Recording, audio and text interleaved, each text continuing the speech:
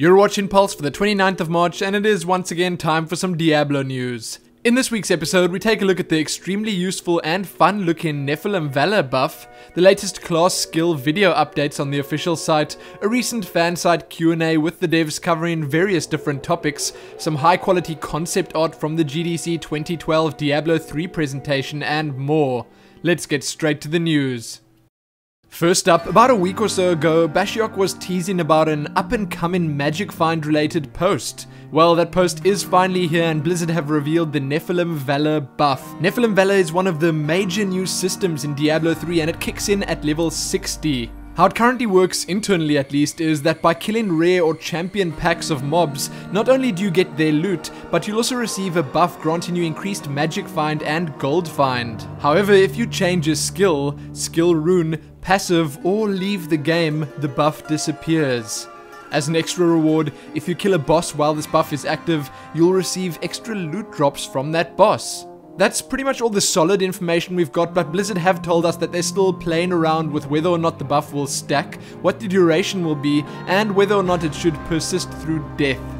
Now that is really interesting, and I honestly think that the buff sounds like a really great idea. If you think about it, this could make the entire game farmable while still making a lot of the player choices quite important. You're not going to be able to just swap skills out on the fly all the time, because you'll be losing that buff, and in my opinion the buff is incredibly essential if you're going to be farming in Inferno mode. So what do you guys and girls think about Nephalem Valor?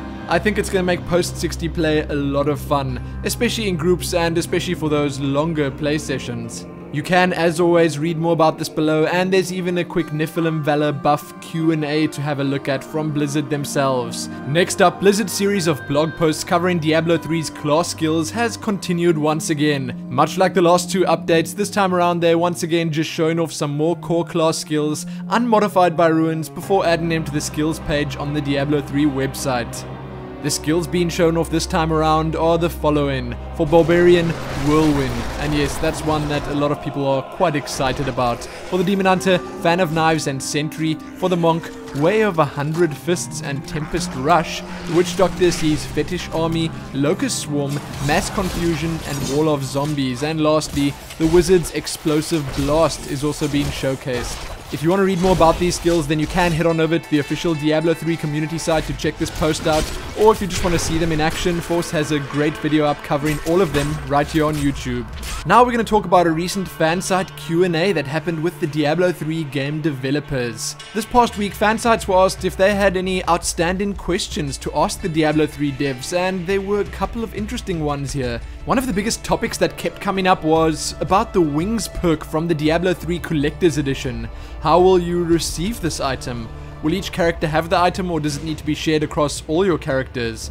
If it's a unique item, how will transferring the wings work? So Blizzard did answer all these questions and more. They said that each character you create will receive the Collector's Edition items in their inventory. They cannot be dropped, but they can be destroyed if you want the inventory space, for example. If you want them back, you can just transfer them through the shared stash from another character.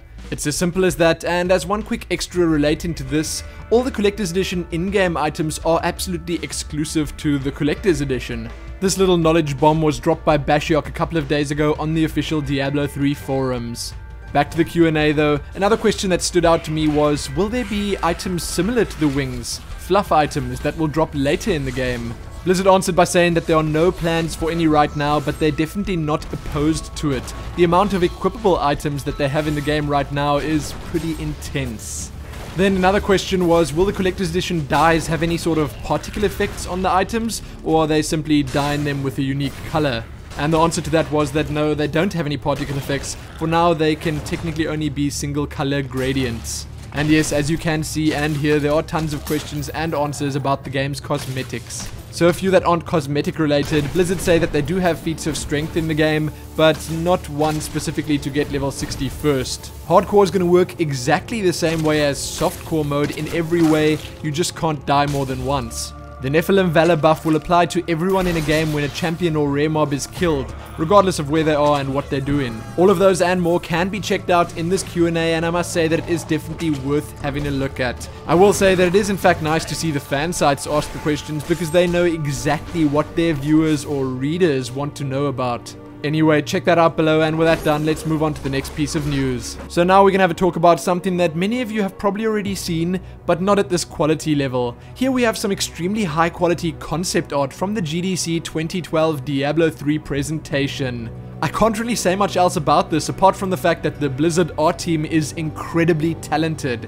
Look at these things. They look absolutely amazing. Now you gotta keep in mind that some of these were just prototypes or concepts that never made the final cut, but I think we can all agree that they do look glorious. You can see all of these and more in full size below. Now before heading into the smalls, we're going to talk about two videos that can be found right here on YouTube and can also be found linked on your screens right now. The first is a Katy Perry parody from Terrence J, and it's a video that's in response to the release date of Diablo 3 finally being announced. As his previous song was, this one is also quite amazing and well worth having a look at. The next is Diablo 3 from a modder's perspective. This is from Malu05A. And yes, I know I'm probably saying that name completely wrong, I'm terrible with these things, but this is just a video to show off some of the basic debug flags in the game right now and what they do.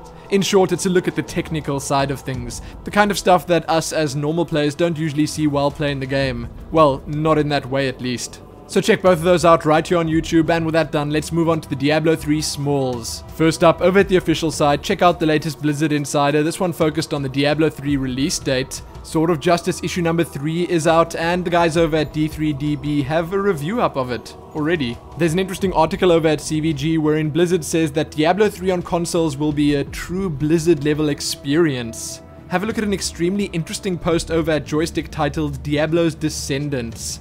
Apparently there are some Diablo 3 hacks out there already. Right here on YouTube you can check out Purgatory for March the 26th, and lastly, the Blizzport guys have the first part of their Diablo 3 lore recap up.